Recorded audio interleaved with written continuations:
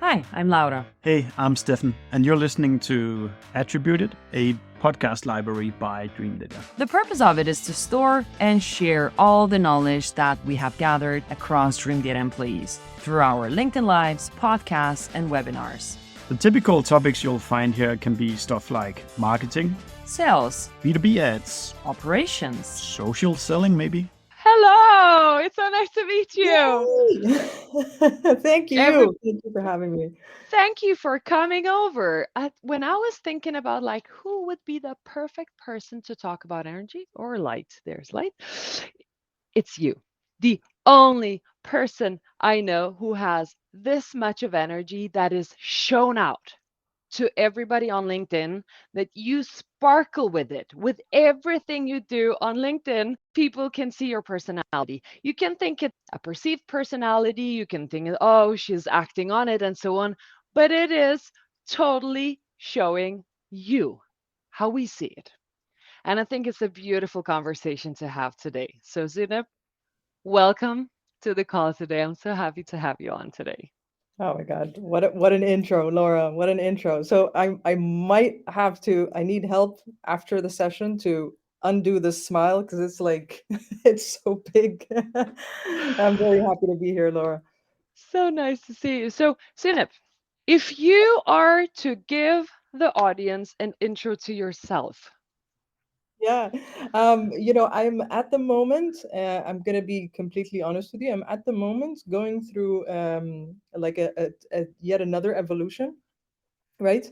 So it's beautiful, and I talking about it actually helps. Nice. So I just want to say what I want to be known for, right, is video, right? Helping people with their video journeys, and the merch, everything, the merch wise, right? Helping you build awareness use that merch to build that awareness, to keep learning, to get business, etc. So that's in a nutshell, that's where I'm at right now. Perfect. Perfect. And is that for B2Bs in specific, or you don't really care? Um, B2B and a lot of solopreneurs. So what we're seeing here on your cap, it's a part of the merch as well? It is a part of the merch. It's actually one of the first ones that I made for my own self months ago. And it's just a reminder to always be humble. I'm always learning, and that's also, Laura, why I have, I have a problem with people calling me an expert, right? Because I'm just like, it makes me cringe. And I'm like, no, I'm a guide. I'd rather be a guide than an expert, right? So, That's yeah. beautiful. That's very, very beautiful. And about your merch, when I was walking around in Saster, what is it now? A couple of weeks ago, everybody was like, Laura, wait, that t-shirt that you had that says pitch please, where is it? I said, wait, I'm Dreamdata. It's like, look at this. I wrote that on the back and everything is so cool. I was like, this is Zineb's work. So how did the current company idea came to your mind about the merch? Tell us a little bit about your story. Yeah, no, and I appreciate you giving me the chance to talk about this because this is fairly recent. So, Pitch Please, which you wore and you will continue to wear beautifully, it is, from Pitch Slap, which I gotta say is still the funniest merch on LinkedIn, right? For me, it's still the funniest merch on LinkedIn. Mavens of Merch, how did that come about? I'm a huge fan, super passionate about merch. Dana Fellows is very passionate about merch, but she actually, she has experience in merch. She has experience in design. So we got together, and it's like this beautiful team because I learned design, you know, on my own, right? I also went out and got my own merch offline, and then I plugged in a store on our Pitch Slab website, etc. So this is all me learning while doing, Yeah. but there's still that. Is the logo gonna be okay? Does it have to be big? Does it have to be small? Does it look good on this type of thing? So I'm like stressed out. I'm like, okay, fine, let me just get samples, right? Which Yeah. means more money made, etc. So this, it made complete sense. people started associating me with merch, and tagging me with, hey Zineb, this should be on a t-shirt, this should be on a t-shirt. And I would tag Dana saying, hey Dana, this, you guys should design this. And then one day, Pete Duran, shout out to Pete Duran, he said, you ladies are the mavens of merch. We jumped on a call Wow. together and we bought the domain, right there and then. And we spent a weekend Amazing. building it. Yeah. Yeah, that is so cool. And the cool thing about it is that your energy and creativity of what you have just built started sparking other people's interest. Okay, what does she do? Oh, maybe she could do something like that. Mm. Or maybe let's make it a company and make other people do the creative and cool stuff that you are able to do. And we can do that together. I love that. I love Yeah. that so much. I've even seen Nick Bennett having his own Wow. t-shirt and everything. It's like, oh, Nick, where have you got it from? It's like, I think I know. And Nick Amazing. is just getting started. Nick is just getting started. It's like, everybody, you better listen. All right. So, about energy in B2B, I have heard several times, actually, just recently, I have been on a call with a person a lot of people know on LinkedIn, and he's saying, you know what, my story to SaaS was not by choice. And one thing I have to say about SaaS, B2B SaaS, is it's boring. And it's like, yeah, tell me more, because we're going to have this session and we're going to make it different. And it's like, yeah, but it's like the ads are boring. The sales process is the same. If you move to whichever other industry, like becomes more fun, more energy, it's like we didn't touch on any other industries that are actually fun. It's like maybe to work for, I don't know, gaming industry is more fun, but there is no fun in some of the things that you actually need to do anyway. But what is your approach to B2B SaaS? When somebody says it's boring, what do you think they mean? I'm like, how much time do we have, right? Because where do we where do we get started? Yeah, so and stop me, Laura, if I, because Nope. I could go on and on I will about, not. there's, and you know this very well, there's also that aspect of personal brands, right? Yes. Um, there's, it's been an absolute pleasure to see your journey, right? Um, on how through, you're building awareness for dream data and all that. So there's also that aspect of personal brand. um, it's not just in, your ads or the way you communicate as a company, as a brand. It's also, who's out there on LinkedIn. If we're talking about LinkedIn, there's also that.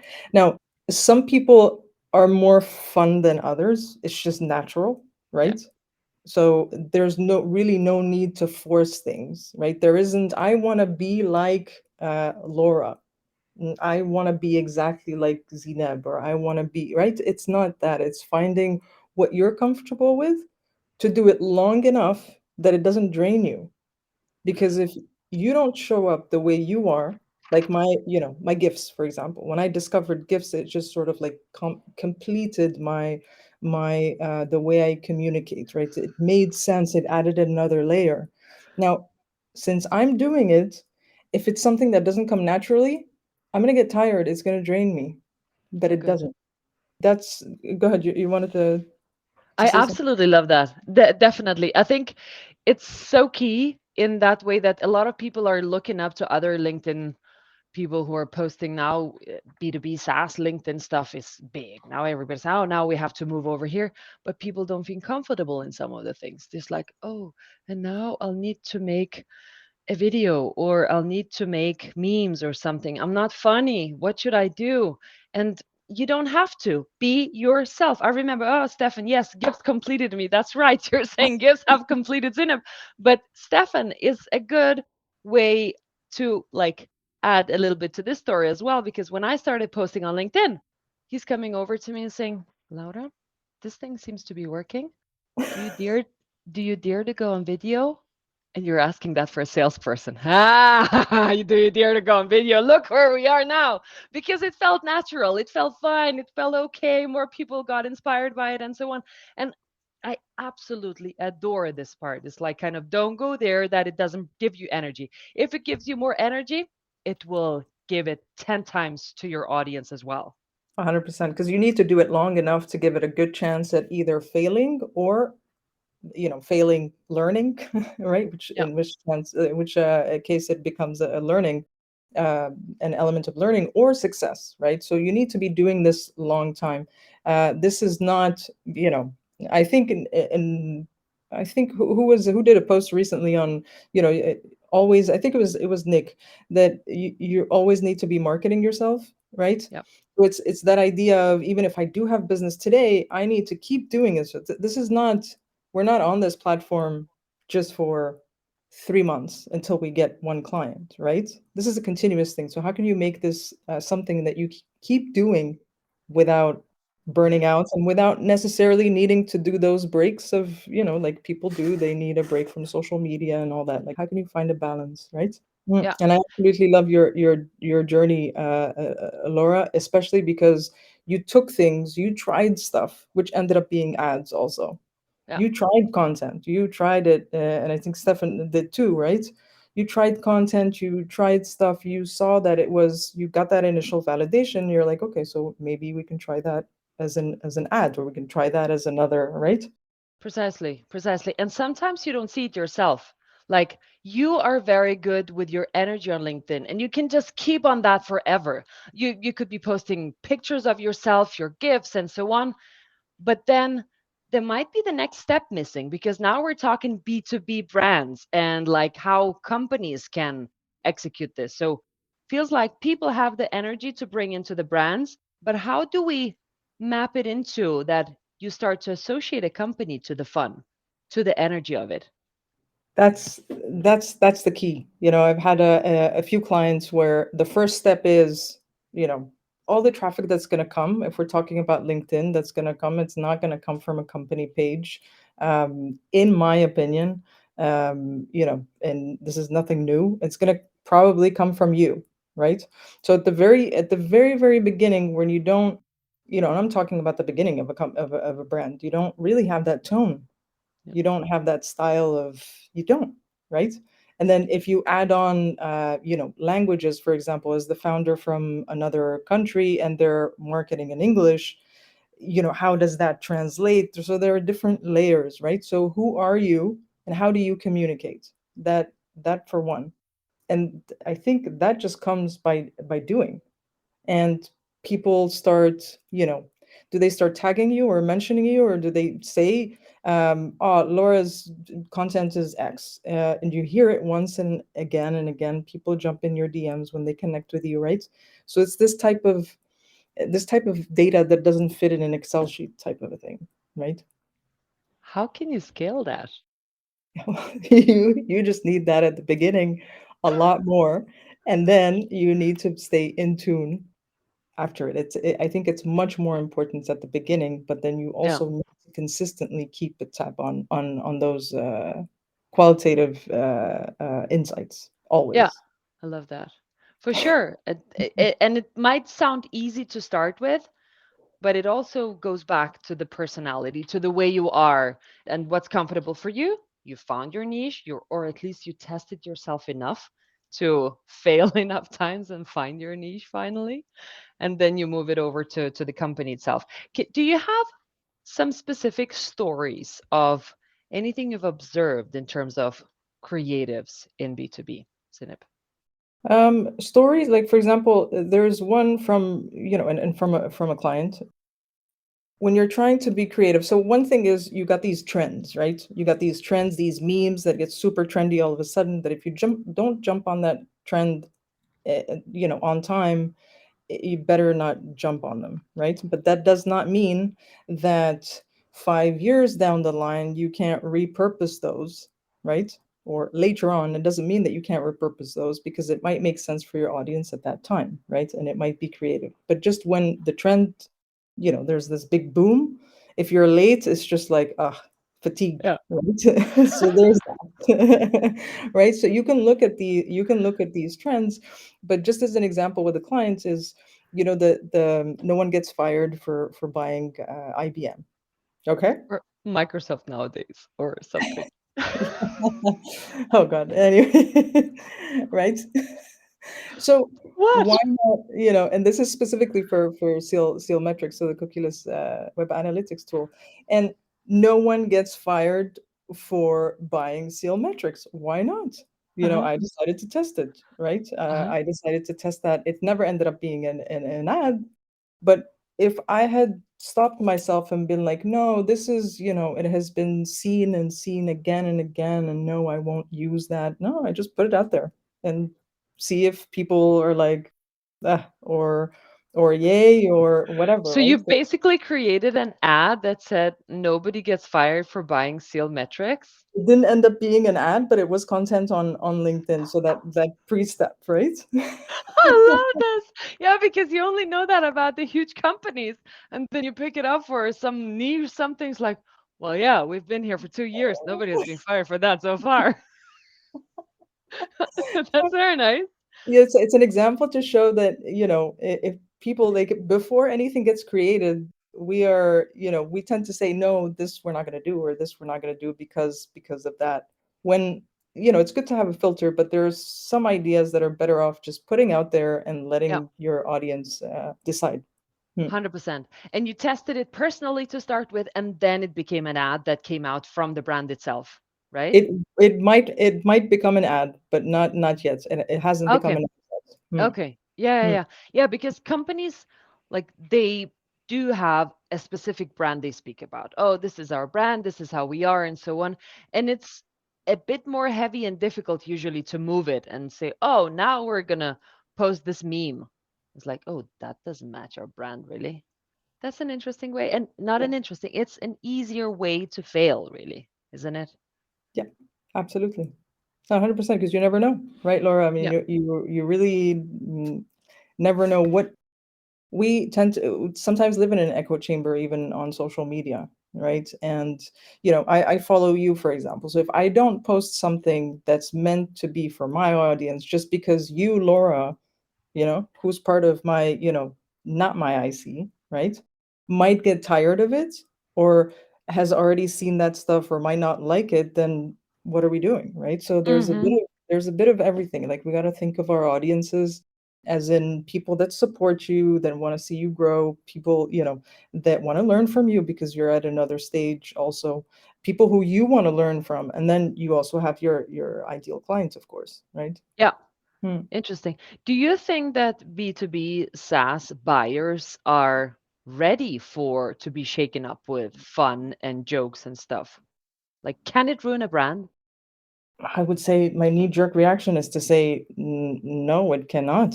If it makes sense and it's aligned, I mean, I would love to come up with an example, like just using myself, where I could just all of a sudden just start doing one thing, and Uh-huh. will it shock people? It has to be in line with that. An example that has nothing to do with ads.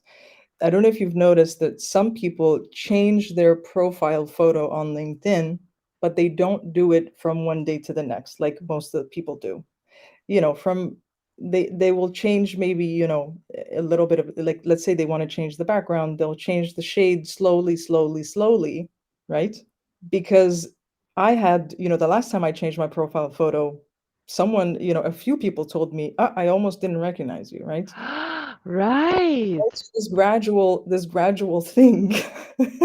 But no, to answer your question, I don't, if it's in line with that, and you and Dream Data are fantastic, I think, in pattern interrupts. And that's, we all need a little bit of that, as long as it's in line, right? I think it's a very good thing about the profile picture. I know that totally, but it's exactly the same with the brands. If one day you just post something totally different, but you thought it was so much fun, people wouldn't recognize it. It maybe even just a waste of money to do this. Maybe it's still very funny, very cool, and so on, but nobody recognized because this doesn't seem like you. Very cool. Yeah. I like that. Let's Yep. talk about pattern interrupts after I ask the audience. Now it's your Yes. time. So we've got a lot of comments and a lot of love to you, Zainab. A lot of people love it. It's like, I hear you. I'm the same fan woman from here. It's like, I wish we were going to meet one day, Zainab. We Questions will. from the audience. Whoever, yes, we will. questions from the audience. Whoever would like to ask a question about creativity of ads or just whatever random thing from Zineb, feel free to do that. We're going to be taking up the questions after we spoke about pattern interrupt. I think it's a very cool topic. Tell me about pattern interrupt and how do you see it working in B2B ads?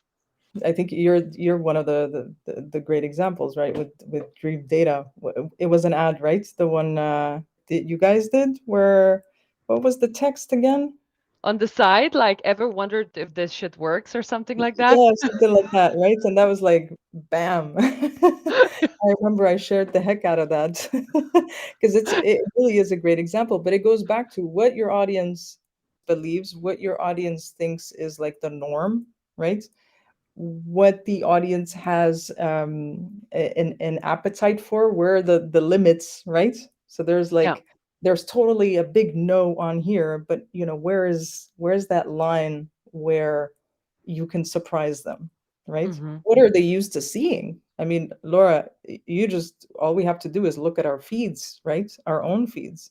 And there's this ad, for example, and I cannot remember. I just remember her face. It's a tax attorney or something. I know a few people have seen that, and I'm pretty sure the frequency on that is through the roof because I saw it so many times. At first, I was like, "Oh, that's interesting. Let me learn a bit about tax," right?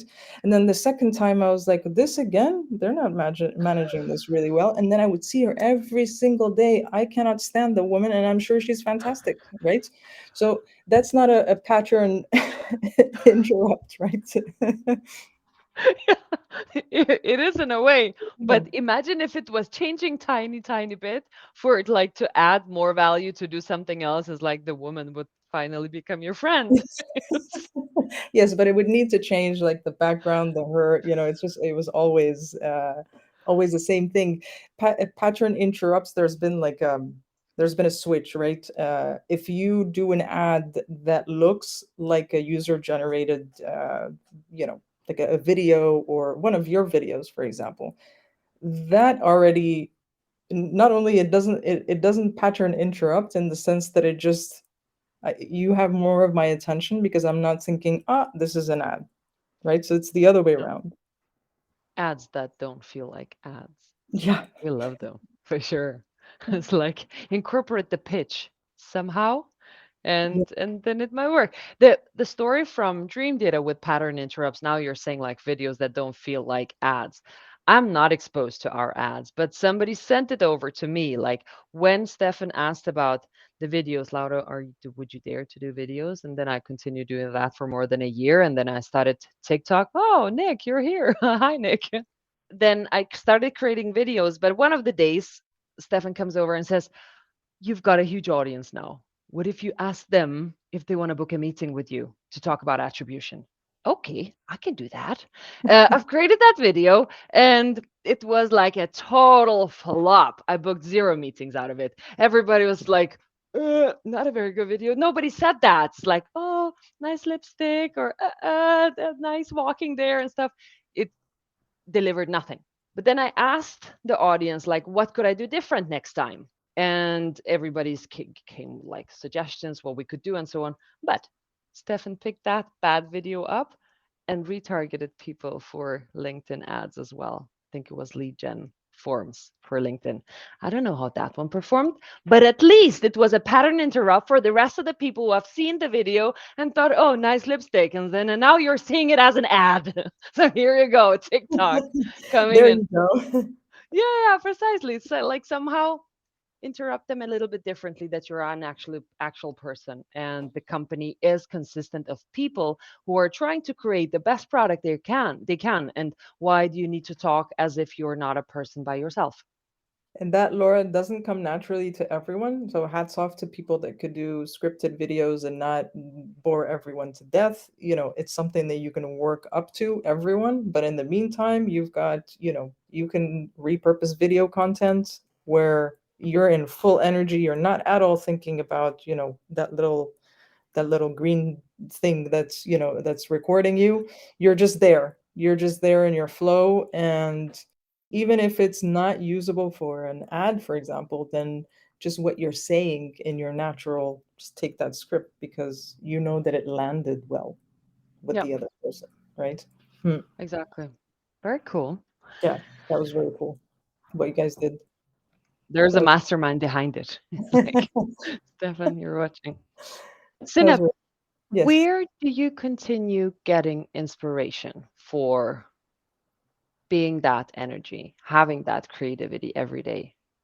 You're like the genius of great questions. Where do I where do I get this creative energy? First of all, there's this drive to keep doing and keep helping and keep supporting and keep solving problems and seeing, people, whether clients or just people that are, probably not there yet for me to help them.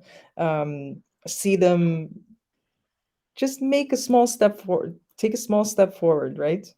Or just get an aha moment or something. So there's this drive to do that. And one of the things that changed for me is, and I'm hoping that my content reflects that, is, it's not preaching. It's not, Hmm. you should do this, you should do that. It's either, because there's a lot of, you should, you should, you should. It's, this is what worked for others. This is what I'm doing. How are you seeing it, type of a thing.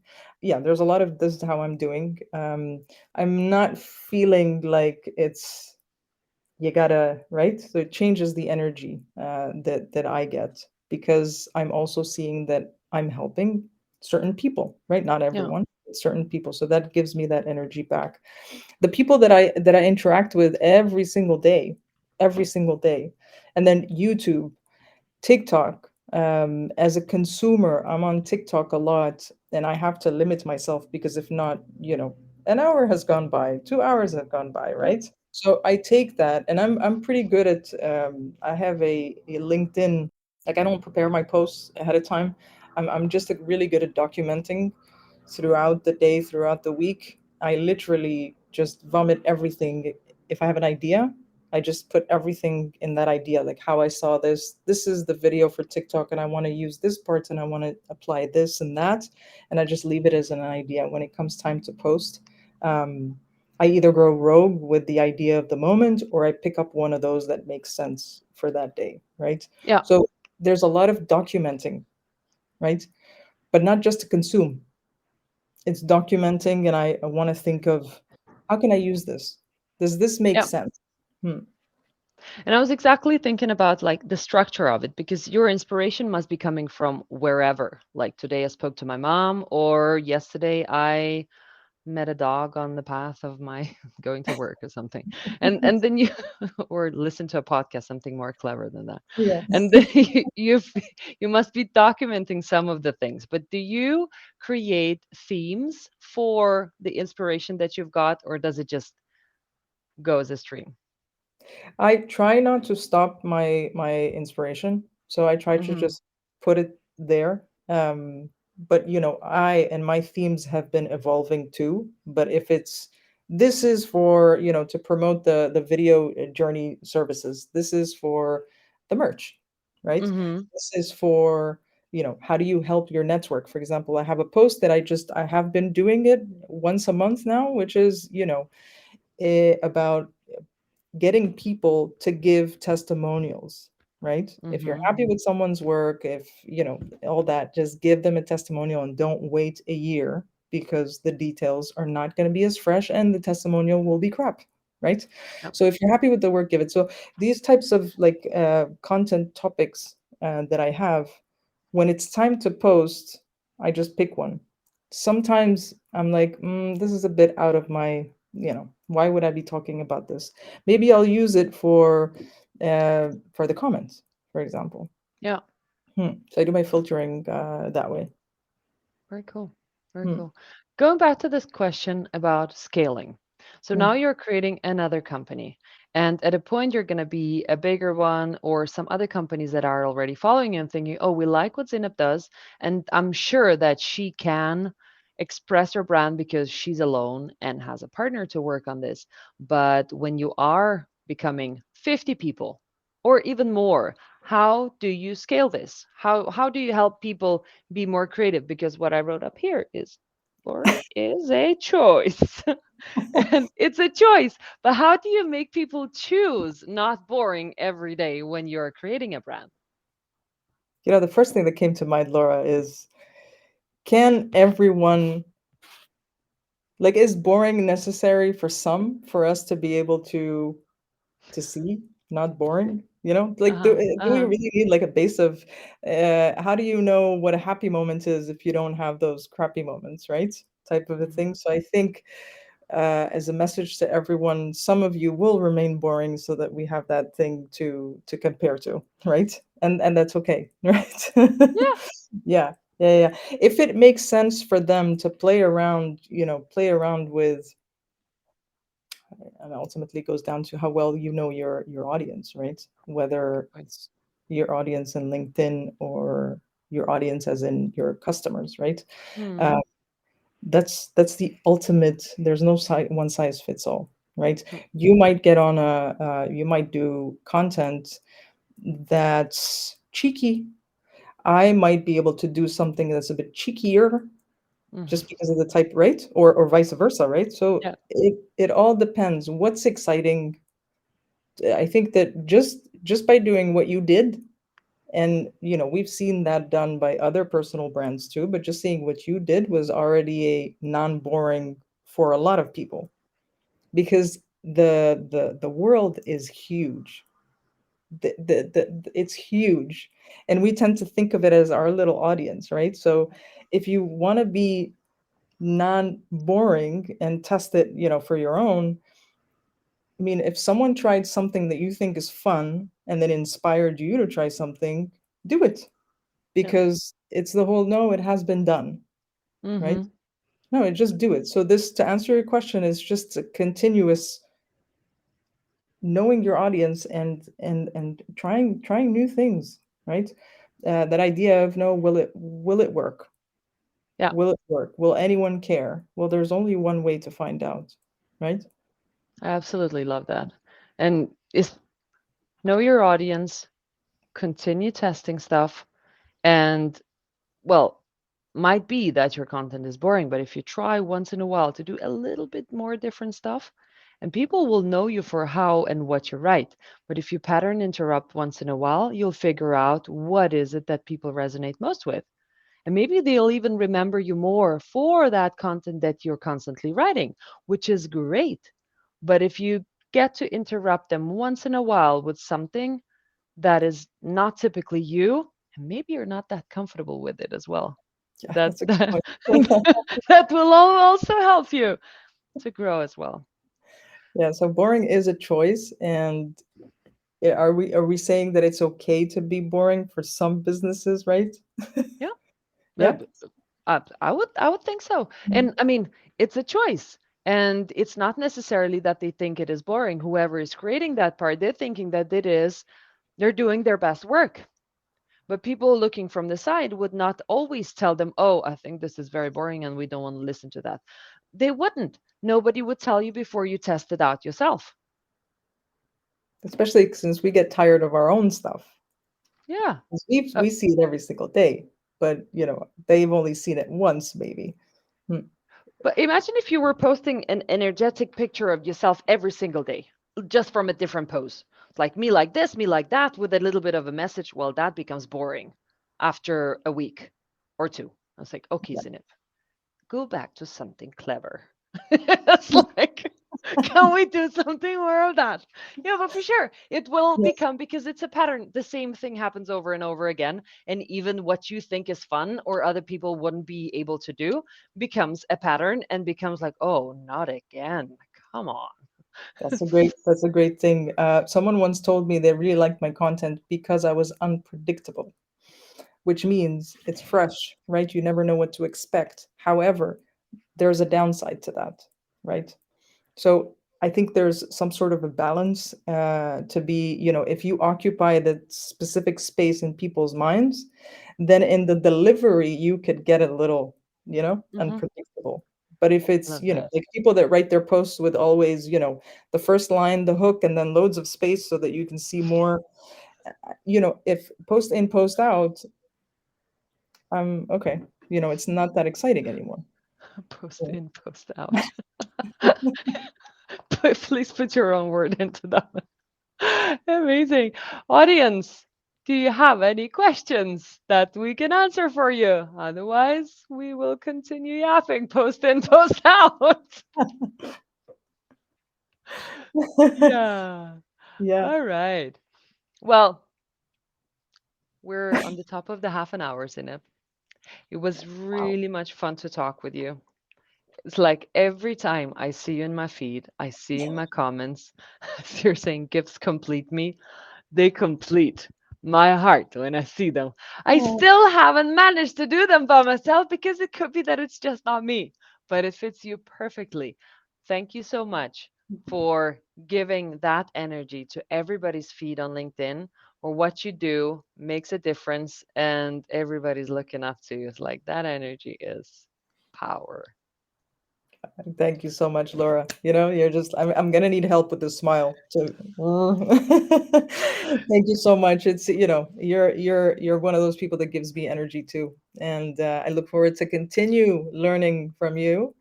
And thank you.